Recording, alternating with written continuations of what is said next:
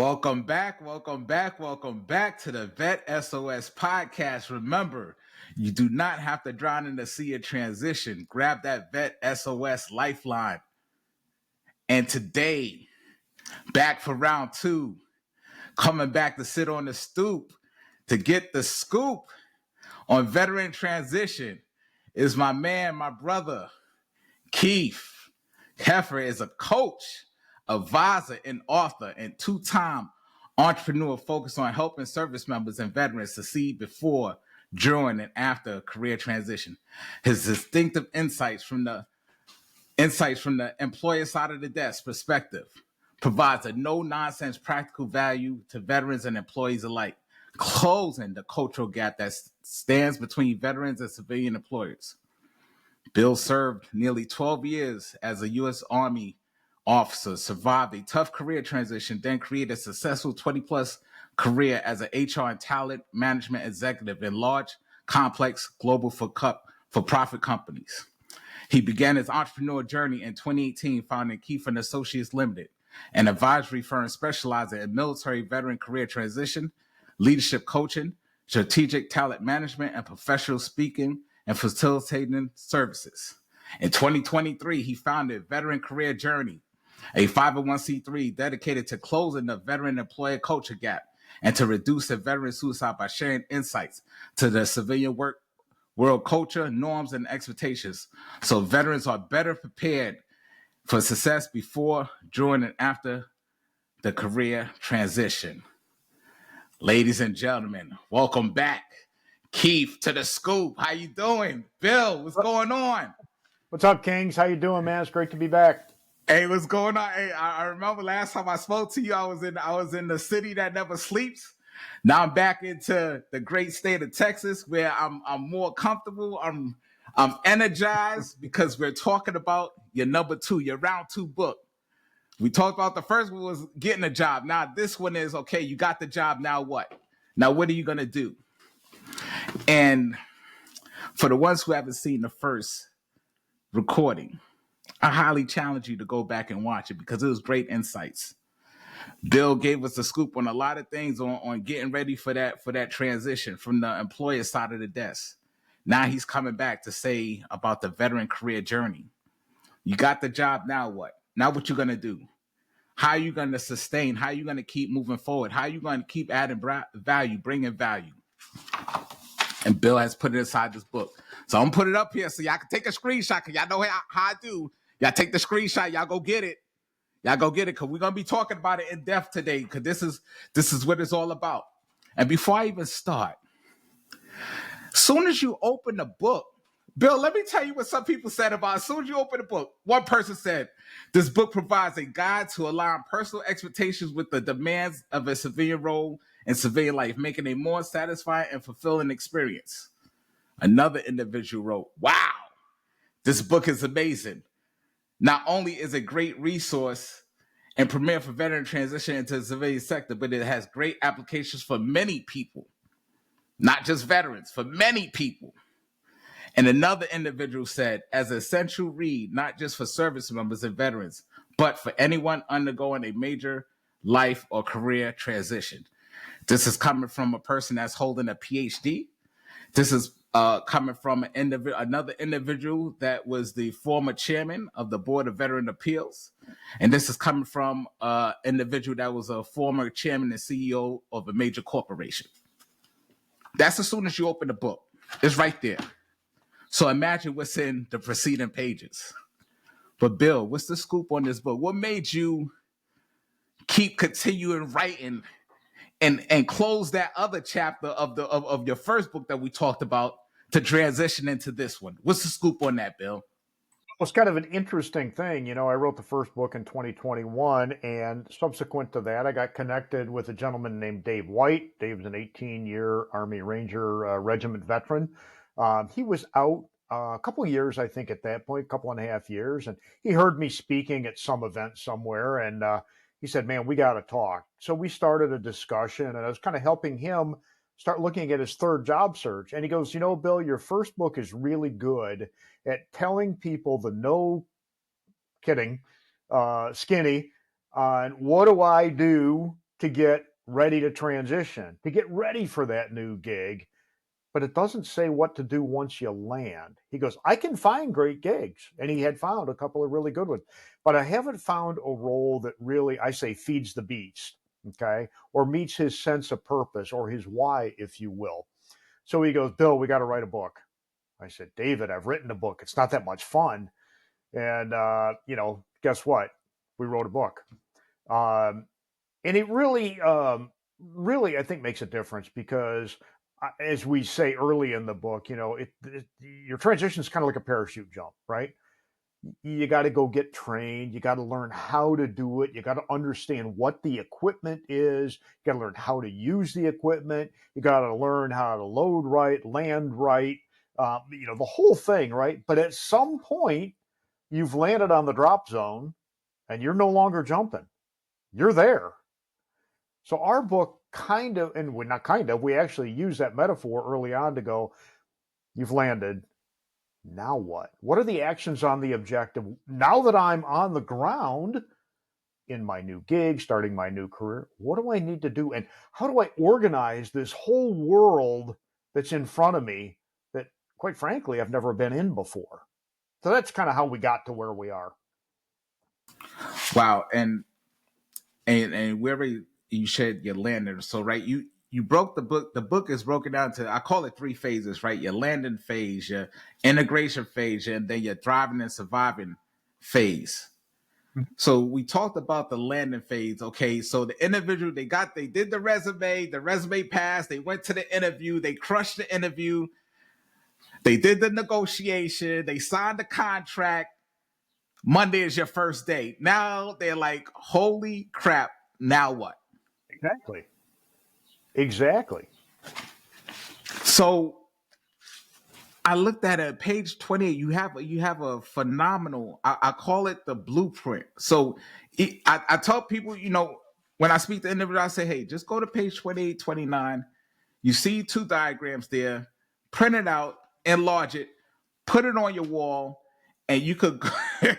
And people think I'm like, man, what are you? No, I said, trust me, you can apply that to anything. Because you have it broken down so nice and neatly, and where it could be understood. Where I tell people you should be able to speak to somebody with a GED all the way up to and pass a PhD, right? Everything in between. How do you make it simplistic to where everybody can understand it at their level? Yeah, no, I appreciate that. And while 28 and 29, the graphics included on those 2 pages, really are a summary, what we try to do in this book is provide some way to organize everything you're going to experience, because it can be really overwhelming. What am I trying to learn, and what do I identify first, and what am I even looking at, and how does that fit into what? So what we do Mm. in this book is we offer what I'd like to say are 3 mental models to help you organize, understand, and figure out what to do with everything you're seeing, hearing, and experiencing, right? The very first mental model we introduce is the 3P model, I call it. Okay. In the business world, actions, thoughts, decisions, attention usually fall into 3 buckets: people, process, and product or service, right? Now, we go into depth on all of those. But as you're looking at this whole new world and go, God, what am I looking at? This gives you a frame. Okay, that's a people thing. Got it. Check. That sounds like a process thing. Got it. Check. I think that's a product, but let me check. Okay. And we go into great depth in the book about the different subsets of each of those 3 Ps. For example, on the people P, there are populations that are internal to the company, and there are populations that are external to the company. On the internal side of things, you got to pay attention to you throughout all of this, because, at the end of the day, if what you're doing doesn't match up with your why, your purpose, what life means to you, then, you're going to have a tough time. But on the internal side of the people, who are your team members? Who are your peers, those folks that are not on your direct team but are at peer level? And who are those other folks external to your direct group that may not have any obvious tie to you, but that you might want to build relationships along the way? On the external side of the people P are those clients that are out there. And it's important, no matter what your job is in the business world, you have some idea who your company's clients are. What what do they want? What do they need? Why do they buy your stuff instead of somebody else's stuff? It's also, worthwhile to identify and learn about who your partners are. Those folks that bring knowledge, expertise, or capabilities that you don't have internally. Who are your suppliers? Those folks from whom you get other products and services that are necessary for your business. And who are your competitors? Who are those folks that are out trying to steal your clients? So that's the kind of people, and we can go on and on and on in great detail about all that. But there's really, in the people piece, you got to understand who's inside, who's outside, and what do I need to know about all these? On the process P, the second P of the triumvirate, if you will, there's really three big process areas that it's worthwhile to attend to. Now, every company does things different, and all the processes will vary, but it might be worthwhile identifying, learning about, and figuring out how to leverage the strategic business processes. How do they figure out what their priorities are? What are the business situation and condition? What's our ownership look like? Where are they in the organizational life cycle? How do they deal with competition? And the list goes on and on and on. The second process area that I think it's worthy of noting is, what are the job processes? What are those expectations, deliverable scope, authority, inputs relative to your actual job, your team's work, your department's deliverables? And the third area of processes I think it's worth attending to are the talent processes. As a newly hired employee, you experience part of it, the interviewing, the hiring, the selection, onboarding. But how does workforce planning work? What about training and development, performance management, succession planning, and so forth? So on the process piece, what are the business processes, the job processes, and the talent process? And then on the product and service P, the third P of the 3P model, there's really two broad areas. One is to remember that you are a product providing a service. If you lose track of yourself in this whole thing, you wind up risking suboptimizing the experience. Okay. The other product or service area that's worthy of attending to is, what are the business products? What are those products that we actually sell? The services we actually provide? What are the legacy ones? Those ones that have been around forever. It's just kind of stock in trade in what we do. What are the current products and services that we're delivering today, some of which may be legacy ones? And what are the new products and services for the future? And that all matters, because the products and services are going to change over time. What you do and the value you provide may become more important, or it may become less important. So the 3P Well, model, people, process, product, and service. That's the first of the three models that we talk about in quite good depth. right. Yeah, Yeah, it's some great pages in there, because I see the first as landing, and you put it into the book as identifying, like your first. I believe like your first couple of months, you have to identify, like you said, you have to identify, okay, what's the goals of the team, what's the goals of the company, where do you yeah, fit in to the yeah. equation, like how can you bring value? So you're getting onto the second model, which is the phases of career success, right? And I do this because it's kind of human nature to dive in, especially for military. But you want to dive in and make an impact, man. And you run the risk of overloading yourself. So I offer this kind of phased approach, three phases: landing, integrating, thriving, and surviving, to help you kind of go, okay, I don't have to do everything right now. And it's important that in each of those phases, there is a core set of activities that you need to attend to. When you're landing, that first few days or weeks, you get onboarded and you do all that stuff. You figure out where your workspace is and all that. Your job then is not to be able to learn everything. Your first task when you're landing is just to identify things. Just identify them. Who's who, what's what.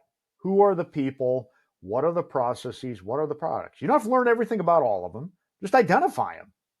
Okay. After you get through that first few weeks, you get into the integration phase. And the key activity in integrating is to learn deeply, not just the who's and the what's, but the how's and the why's. Who's who in the zoo? What's what are the processes? Who are the people? What are the products and services? And why are they organized the way they are? Why do they do what they do? How do they fit together? How does one add value to the others? How do I and my work add value to them? That so integrating the second phase where landing is about identifying things, integrating is about learning about them. And that, that could be the first few months, maybe a year and a half. It's a little bit different in every organization and for every person. And the third phase, thriving and surviving, is way past that first year or so. Okay. This is setting yourself up for career and life success in the long run. And the key there is to leverage everything you've identified and learned, to apply all those things to evolving business and life circumstances, right? So landing is the first phase. Your key there is just to identify who's who in the zoo and what's what. Integrating, the next phase, probably first few months, maybe the first year, is about learning the who's, the hows and the whys behind the who's and the what's.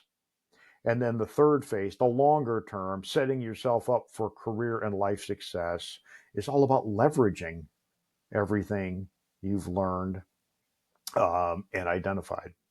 So, yeah, so that's kind of how All it right. all fits together. All right. So I know in your book, in the book, you put a lot of companies don't understand veteran needs and military needs, like and in that portion of the transition. For me, I put it inside the in between the landing and the integration phase, right? It's like I know I did X amount of years in the service. We have our own lingo, but then you're coming over to the corporate side and you're trying to learn the process. You're trying to see where you fit in. You're not trying to overstep your bounds, or in the military, we wait to hear orders, we take direction, go. And sometimes in the civilian sector, they just tell you, here's the issue, now go fix it. Like, okay, well, where's the SOPs, the standard operating procedures? Like, Yeah, yeah. here's the problem, here's the issue, go fix it. Can you give us a little inside scoop on how can we prepare for that, like that mental transition, right? Because now we're coming into a whole new realm of expectations. No, that's actually a great segue to the third model in the book, and that's your life journey. And if you look at that page 28, it's the leftmost column on a thing. You know, all of this is good stuff. It's good information, and I would argue potentially good tactics, but you got to tie it together in some kind of a strategy, right? And I'm going to suggest that your job is part of your career journey, and your career journey is part of your life journey.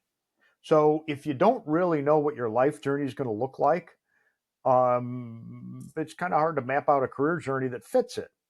So we offer a map, a roadmap, if you will, a life journey roadmap that has a number of steps to it, and they happen to be on the left column of that page 28 matrix, right? The first step to that is knowing your why. What's your purpose? Okay. What is it that drives you? What makes you you? And there's a lot of ways to get at that, and we could have a different discussion about that. Excuse me. The next step, once you know your why, is to write your legacy. Now, write it, maybe you actually write it down, or maybe you just write it mentally. And I like to say that story is what's the story I'm going to tell the grandkids when I'm an old man sitting in my lazy boy? What do you want to be known for when you're gone? That's your legacy, right?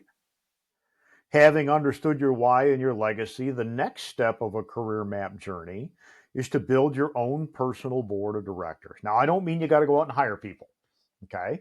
This is a network of trusted folks that have different roles that can add value, not just to the dailies of the business world, but to your life journey overall. Perhaps it's family, perhaps it's mentors from the military, perhaps it's folks you're just now meeting that are working in the world you seek to join, religious leaders, if that's part of your, whatever, right?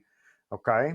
But you got to have a team around you to listen to you, to be your cheerleaders occasionally, to be the devil's advocate occasionally, to go, absolutely, you're the best, or go, sorry, Kings, you're full of shit, you know? But you got to have people around to do all that. The next step of your journey is to remember to be deliberate. Okay. And I think while all these steps are important, I think the be deliberate and the take risk and the lifelong learner are most directly tied to the point you're trying to make. You will likely run into some kind of a culture gap when you arrive at this new company. Now, some companies are government contractors, they're full of veterans that came from the same branch of service, and it'll be a very small gap. Other companies you might be joining you might be the only veteran. Okay. It's really important as you enter, especially when you land and integrate, you go, okay, I deliberately want to make sure I'm attending to any of the culture gap differences, any of the language issues. What are the behaviors, norms, and expectations? So deliberately do that work. Along the way, when you're being deliberate, you want to take some risks too. Now, some things I'm not saying be silly about it. Okay, I like to say that jumping out of a perfectly good airplane after being well trained and properly equipped is risky. Jumping without a chute is just stupid. Okay, so you want to take thoughtful, reasonable risks. Step out of your comfort zone and go, you know what? I don't have a clue about this civilian culture here, but I'm in it now, so let's make the best of it. Or step out and admit you need some help with some civilian, company specific, industry specific thing. Reach out to a potential partner, maybe somebody that's going to be on your board of directors, or maybe just a network connection to go, I'm not sure I understand this. Can we talk? Can I help you? Right. That And this is certainly is tied just, to the next step of being a lifelong learner. And as you go through and yes. do all that, always, always, always reach back to remember your why. Okay. What's my purpose? And as you go through each of these phases, landing, integrating, thriving, and surviving, I do suggest some particular things to attend to that might be helpful as you navigate that hopefully not too rocky path.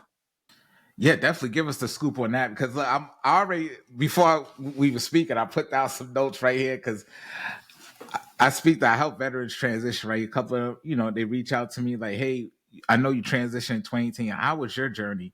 So I shared my journey. I said, it might not be like this for you, but this is how my transition was, and what you're sharing right now that's in your book, I did something similar to that because I was just trying to like you said, just trying to survive, just trying to figure it out as I go. Like what makes sense? Like, okay, this this makes sense. Show myself open, receptive, show myself, like a lot of the things that you have in the book that I was like, wow, I did that. I didn't even realize I was doing that.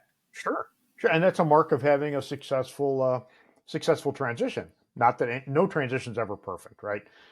There's always fits and starts, and like any journey, there's some paths where it's kind of cruising downhill, and there's other ones, you're going uphill in a rocky, sandy road, But um, yeah, if we look at the phases, land, integrate, thrive, and survive, and we look at what do you do to pay attention to the different steps in a career journey? Let's take, for example, the know your why. Well, first, you got to identify what that is. And hopefully, you've done that work when you're in transition. My why is to make sense of things. That's what I like to do. Okay. So, as you land and you're trying to identify what's going on, okay, I like making sense of things. Is there an opportunity to do that here? So, look to identify those things that might give you a chance to do what you do. And I like to say in the book, you vet your reality against your why so you can optimize happiness and success. It's okay to be happy. It's okay to go, this doesn't look so happy. Okay. That's the things you want to do at landing for that first step. Okay. On the next step of landing, think about writing your legacy And I don't mean sit in a new office with a whole bunch of new strangers and sit there and write your legacy to yourself. What I'm talking about there is writing your legacy in the new organization. And the key there is to remember the first impressions matter. If you want to come in and fit well, then you need to come in and fit well. If you want to come in and be a brand new, I don't know, project manager in a retail company, but your history is as a hard charging, ground pounding Marine, well, what do you want to be known as? The great new veteran who's trying to be a project manager well here, or are you still that ground pounding? So writing your legacy during landing, you got to identify and recognize that first impressions matter. The third step of the journey is to build your own personal board of directors. When you're landing, I remember identifying is key. Just identify potential folks who might be able to join your personal board of folks that might be helpful in the various ways that I mentioned earlier. The next piece of that journey on the landing phase is to be deliberate, have a plan, and work the plan. Don't just amble into this new job senselessly. We'll see how it goes, and we'll let the wind blow us wherever. Have a plan. Be able to be flexible with that plan because you don't know everything the company expects, but have a plan and be able to adjust that plan as you identify new and different things that are relevant to your new work experience. Taking risks is kind of like I said, don't stumble out of the blocks here, okay? Just take some reasonable risks, but let's not get the cart before the horse here, okay? Being the lifelong learner, I mean, right off the bat, that's, identify who's who and what's what, okay? And then remember your why. And this is important when you're landing because you can identify things that maybe weren't exactly part of the job description, didn't seem like they were necessarily core to the job offer. And they might be nice, bright, and shiny, and they might start losing your focus. You might meet new people. Like, man, I'd love you to come join my department. It's like, well, mate, I haven't even started yet. Hang on. So when you remember your why when you're landing, you want to avoid being drawn off course because something shiny is over there somewhere. So anyway, that's examples of the roadmap and how it fits across the phases. And then layered over that, because I don't know how to draw a three-dimensional graph, is to categorize people, process, product, and service throughout all of these. Okay. So every section, every three parts are always people, process, and that subsection, right? So you could always kind of put it into its respective things, so it could give you little bite size to like little building blocks, right? Yeah, yeah. Yeah, It's kind of like eating the elephant one bite at a time, right? yeah. There we go. Right. So just think about this, like I just said, on the landing piece, you want to identify, and then the first step of your journey is your why. So vet your reality against your why. Okay, what's the reality for the people I'm around? So far, I've identified that they seem to have a great culture. People seem to be tactically competent. They seem to be willing and open. There are or are not a lot of veterans, whatever. That's people. Identify your processes. If your purpose, if your why is to make sense of things and their processes are super confusing and really don't make sense, well, you got to identify whether or not, the first impression anyway, is this an opportunity for me to help make sense of these things? Or is this just crazy, silly, random stuff and this is just going to suck? Okay. And then products and services. What's your why? Well, if your why runs counter to the products and services that they're providing, well, then you're going to set yourself up for potentially, hopefully, you vetted that before you um, uh, accepted the job. I'll give you an example. I worked for a consumer goods plastic container company. They put plastic bottles mostly, and there were folks that over time, just I'm good at what I do. I know purchasing for them, but man, I'm really starting to feel bad because my why is sustainability for the environment. Okay, well, we make plastic. And they kind of wrestled with a couple of the folks I knew, they wrestled with that. That's an example of identifying what's going on and bouncing it and vetting it against your why. Now, in one case, it worked out really well. It's not an all or nothing. And the really good folks who really do this diligently, they work their best to find a way forward. And in one example, a very vocal person said, you know what, I can't get behind this. We're making plastic. And I am deeply committed to the sustainability of our environment. And it opened up a whole new discussion about having a sustainability effort in the company. What do we do to reclaim plastic? It kind of created an opportunity.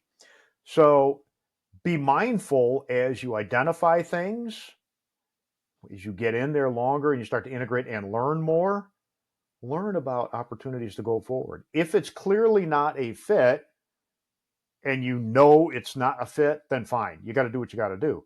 But don't do something rash.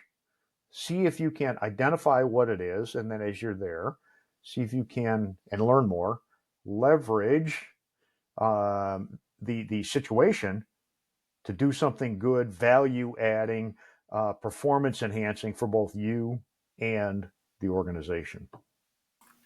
Right. And you talk about in the book, because the landing zone. Mm-hmm. You know, you put that in the book, like the landing zone. It's just like we talked about earlier, right? You jump out the aircraft and you have a landing zone, a selected target that you're gonna reach. Now, once you get down to the ground, parachute come off, roll up the parachute, looking around for cover. Where to next? What to do? What you have to do? The landing zone, right? We was taught in the military, and this is for people that haven't experienced the military, right? We call it get off the X, right? You have to get off the X and keep pushing, right? So getting off that, can you, what's the scoop on that when you put inside your book the landing zone? Because I know that was part of one of your stories that you shared inside the book. I mean, at the end of the day, landing zones exist inside a broader environment, right?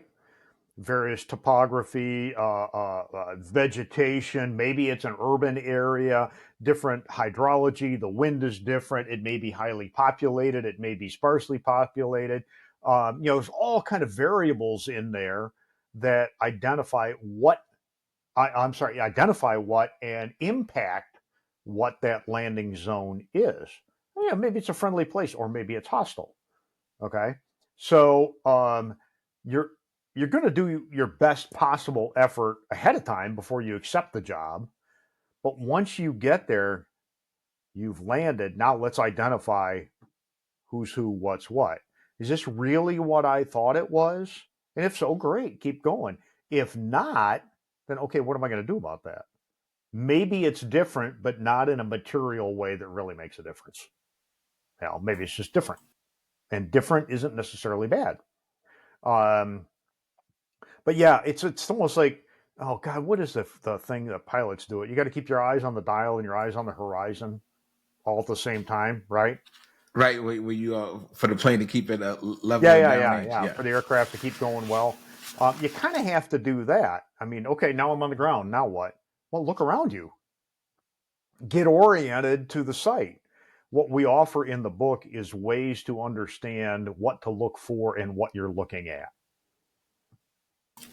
Yes, and talk about plan succession and the planning phase. Because I know during my transition, also some veterans they get to an organization, and like you said, it looks good on paper, but once they get, they get hired on and they get behind the paper and get on the like, wow, this is not exactly lining up with my journey, and it's not Mm-hmm. what I Mm-hmm. thought it was going to be. Well, now I need to make an exit plan, or I have to transition out from the employer side of this. Like, how would you recommend or give the school, like if somebody gets to an organization, they get hired and it's like, well, this is not for me. This is not what I entailed, or this is not what I thought it was going to be. Yeah, I think when you land, there's three possibilities of what you're going to find. One is it's exactly what you thought, and that's good. The one is, as you described, is like, yeah, this isn't what I thought it was in a bad way. The third opportunity is this is better than I thought. Maybe the conditions are better than I thought. Maybe it better fits my criteria for success.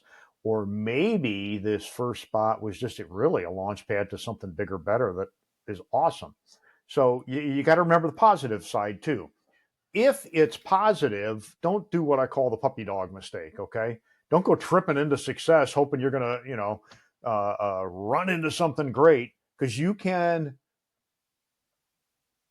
People talk about fail forward, where you make mistakes and learn from it and go forward. You can also succeed backwards, right? And I've seen this happen. Somebody comes into a company and they're hired for X job and they go, wow, they're really good at that. And we have this opportunity because they're good here. We're going to promote them. And then they go, okay, you did pretty good there. Oh, geez, something else. And now we promote them again. Now you got somebody who, veteran or not, they came in for X job. Now they're doing a job, 2 jobs higher, and it's way above their capacity, but they love it because it's a bigger title and it's a bigger pay and it's a bigger office, or whatever, right? They get the bonus, they get the car, whatever.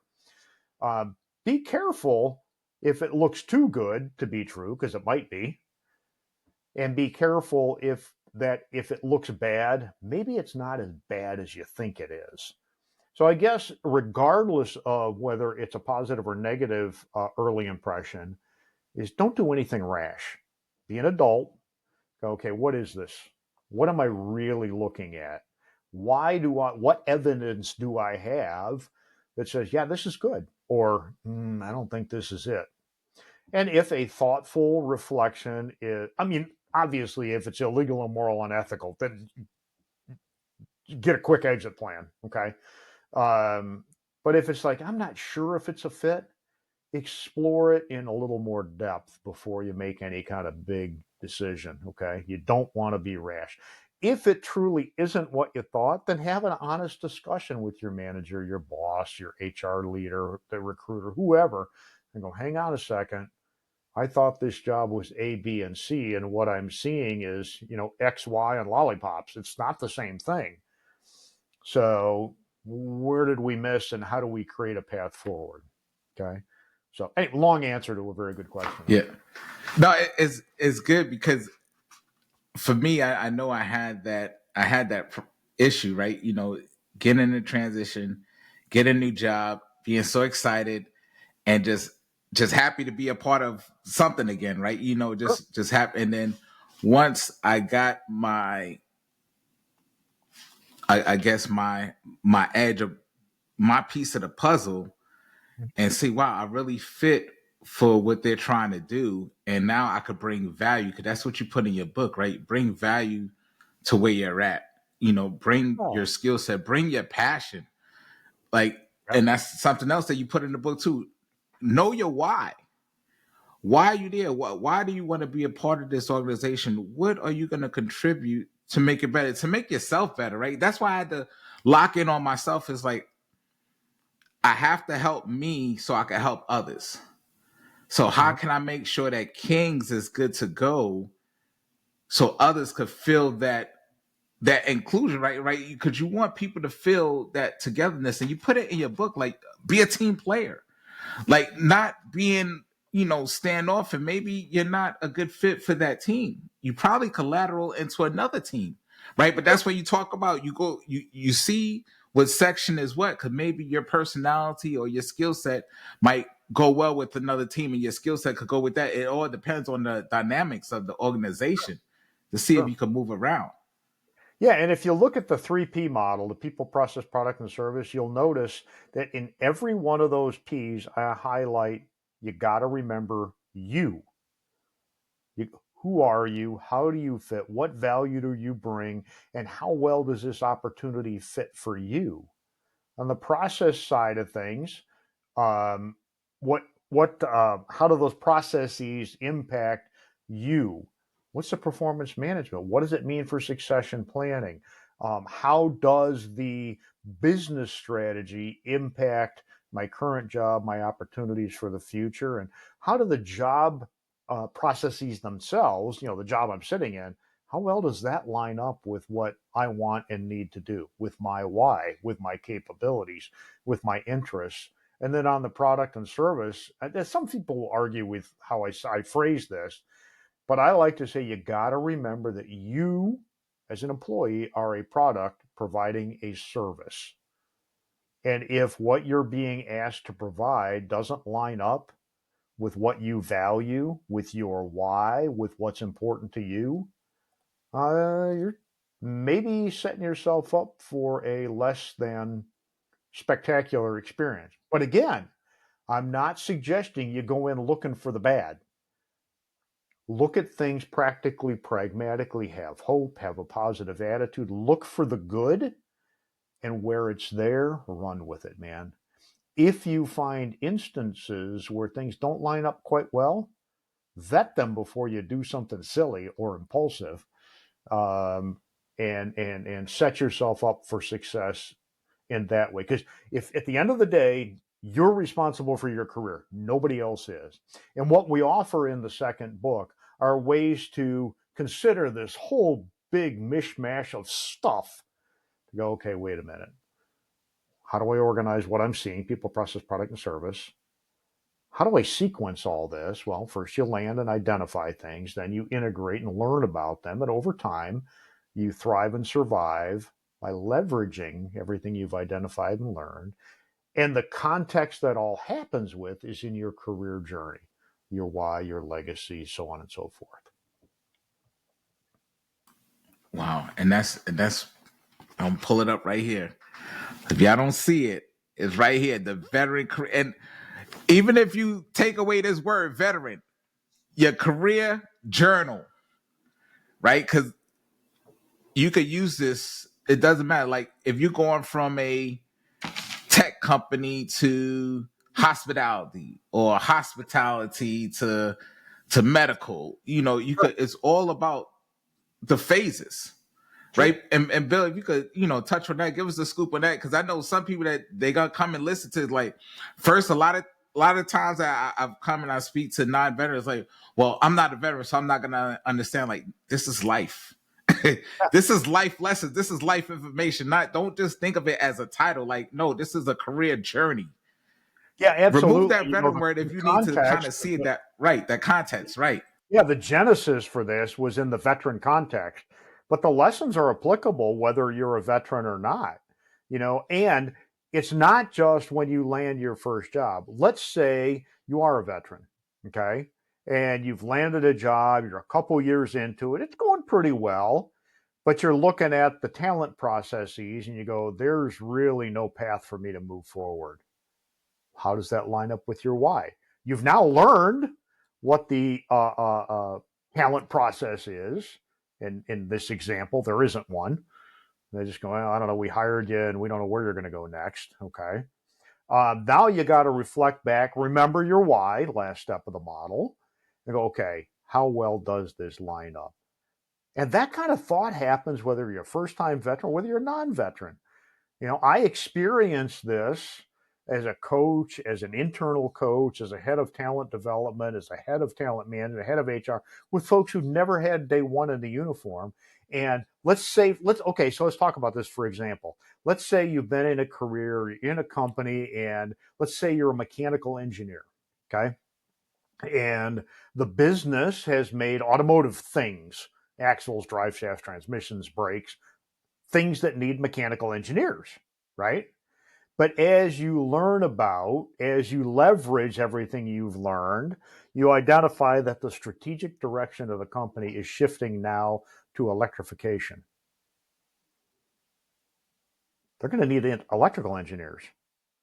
And if that's where the business strategy is going, what does that mean for me?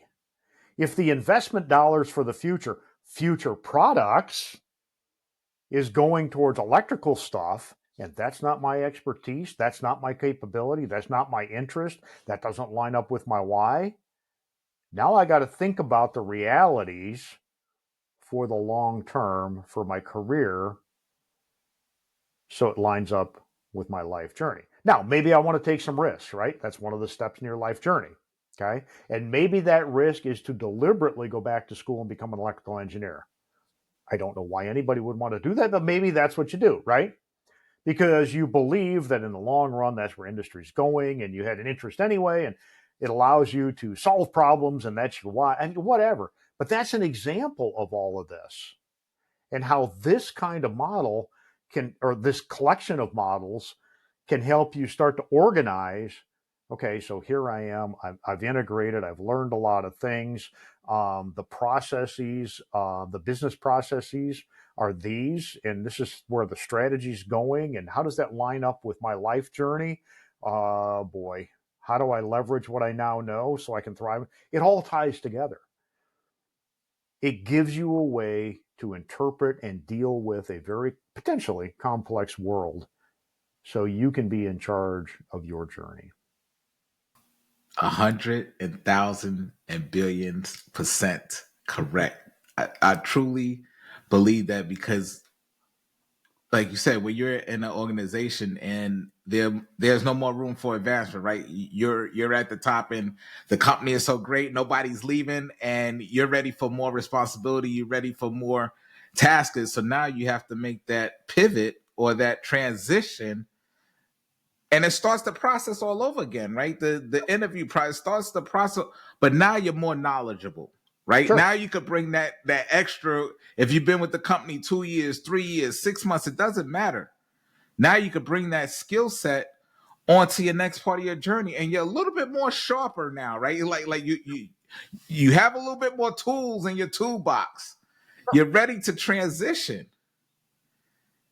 and just start the cycle all over again. Yeah, it is. And that brings up a good point for folks in career transition, veterans, especially in our context. Um, Transition is not a one and done thing. The transition you experience when the uniform comes off and the civilian uniform goes on, that's the first of likely many in the future. Now, it may be a transition to a new gig in the same company. It may be same kind of gig in a different company. It may be different industries, whatever. But you're going to transition quite a few times. And if you can identify, excuse me, not just the basics of how do I do an interview and what's a resume and what's my LinkedIn profile look like and how do I network, if you can get all those down well and you have a plan in place like we offer in the second book, holy smokes, you now become well armed to actually thrive and survive and line up your career journey with your life journey. But it doesn't happen by accident. I mean, you really kind of have to pay attention. And as it says, you got to be deliberate about it. Hey, y'all heard it here on the scoop, sitting on the stoop with Bill. So, Bill, how can they get a copy of your book right here? Like, how can they get in contact with you? What do they have to do to get this in their collection? And definitely the first part. And I know that you are part of some other nonprofit organization. So if you want to share that information on here as well, that'd Sure. be phenomenal, because a lot of veterans are, like I said, there's a lot of information out there. We just don't know it's everywhere. So once we have people come in and that's attached to other organizations and other great things they're doing, we like them to come share it on here as well. Yeah, sure. So, veterancareerjourney.org is my nonprofit. That's the website. All the resources are on it. In fact, we offer training classes on this every month. Okay. We do, based on the first book, the Tuesday, I actually do an introduction to business on the Wednesday. And then on the Thursday, we do the 201, which is based on this book. So you can go to veterancareerjourney.org. You can see all the stuff we're doing. We're doing a lot of stuff. And you can register for training classes. They happen every month. If you just want to pick up a copy of the book, it's on Amazon. Type in Bill Kieffer, and the books will pop up. Okay, both of them are there. There is another Bill Kieffer on there that writes like horror science fiction. That's not me. I do the veteran books. Those are the two books I have on. I do some other work for some specialized communities. If you're in the SOF world, I do teach and coach for the Honor Foundation. But yeah, and then I've got affiliations with a number of different groups, and it's growing. So, kind of big news. We're starting to work on getting veteran career journey training classes live and in person at various installations around the U.S. So I've got four of them. Nice. I got four of them pending right now. I don't want to jinx them because we aren't quite ready to announce them all yet. But veterancareerjourney.org, Amazon for the books.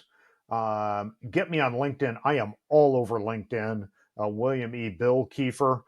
please connect with me on LinkedIn. It is the best way to get a hold of me. And, if all that fails, give me a call, 419-205-7072. And there you have it. Bill is here sitting on the stoop, getting the scoop with me and Bill on the veteran career journey. This transition is a lifelong transition. Don't forget, you don't have to drown in the sea of transition. Grab that Vet S.O.S lifeline and give us a shout. Until next time, everybody, we'll see y'all later. Peace.